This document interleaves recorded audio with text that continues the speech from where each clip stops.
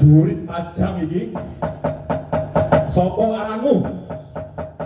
Ingsun Danang Sotawijaya, putrane Adipati Hadiwijaya ya Joko Tingkir. Wah lah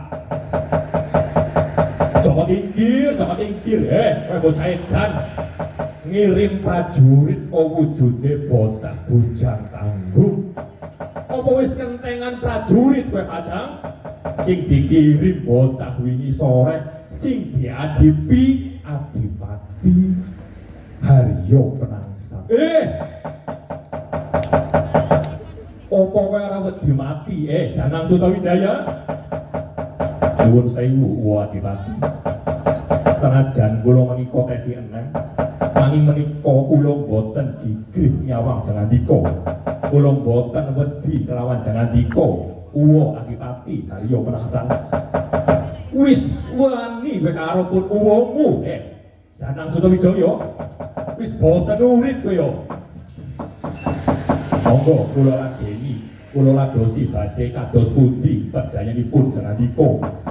Yo, yen pancen kaya mengkono, kowe wetek ridu mawur mangawur-ngawur. Dina saiki golek papan sing jembar. Monggo Adipati.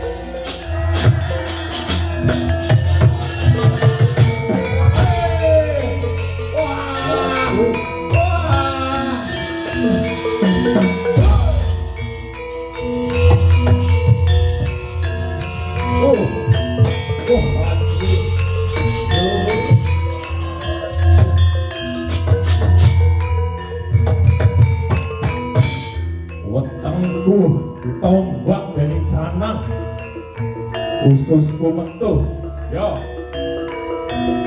tak alungake maring keris aku ora bakal mati yen mung ditombak karo tombak kaya gue dan ceritakan hayo penangsang wetenge belah ususe metu ususe dikalungake maring kerise tesi burung ngalah haryo penangsang nguber Danang Sutawijaya.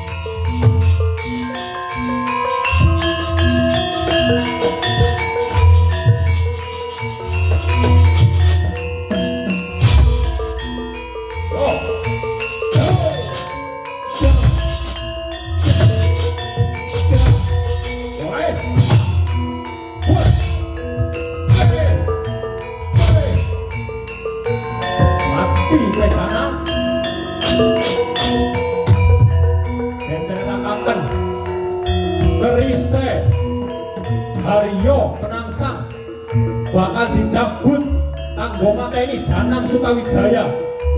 Nanging eling-eling ususe Haryo penangsang cemantel ana ing keris. Keris didudut.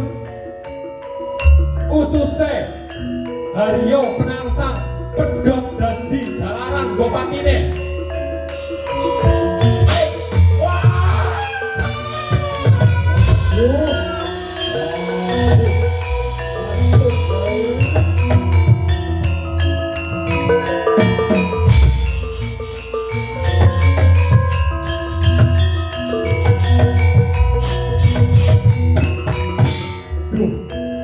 Kanjeng Adipati Jipang Haryo Penangsang. Senajan panjenengan sampun gugur, nanging katingal gagah lan wibawanipun tasih ginarga. Ususe berat ana ing keris Kemot Kyai Ketan Kober. Yo, anggo pepeling kabeh masyarakat ing tanah Jawa, memben kabeh anak putuku lan turunan-turunan omonganku yen dadi penganten kerise dironce melati minangka dadi perlambang gagah lan santosane Sang Haryo Penangsang.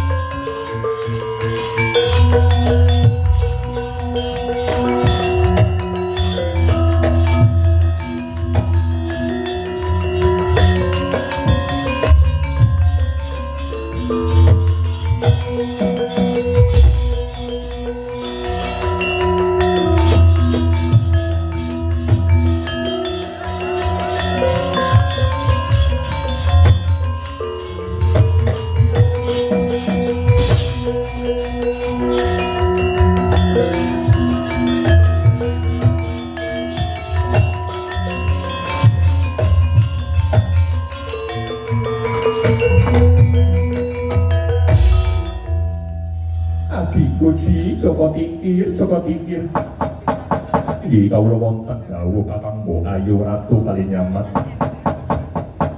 Kowe wis bisa mungkasi lelakon iki yo Joko tingkir. Haryo Penangsang wis tekan ing pati. Kang mongko kabeh wis dadi janjiku sapa bae sing bisa yen kowe bisa matengi Haryo Penangsang kowe bakal kaparingi Demang Bintara iki. Nggih Kakang Mbok Ayu Ratu Kalinyamat kawula nyadong dawuh kemawon. Bapa Kanjeng Sunan Giripaten bapa. Nggih Ratu Kalinyamat pripun? Monggo dipun wisuda kemawon Joko tingkir jumeneng dados ratu wonten ing Demang Bintara mriki. Kawula borongaken dumateng Jengadika Kanjeng Sunan Giripaten monggo.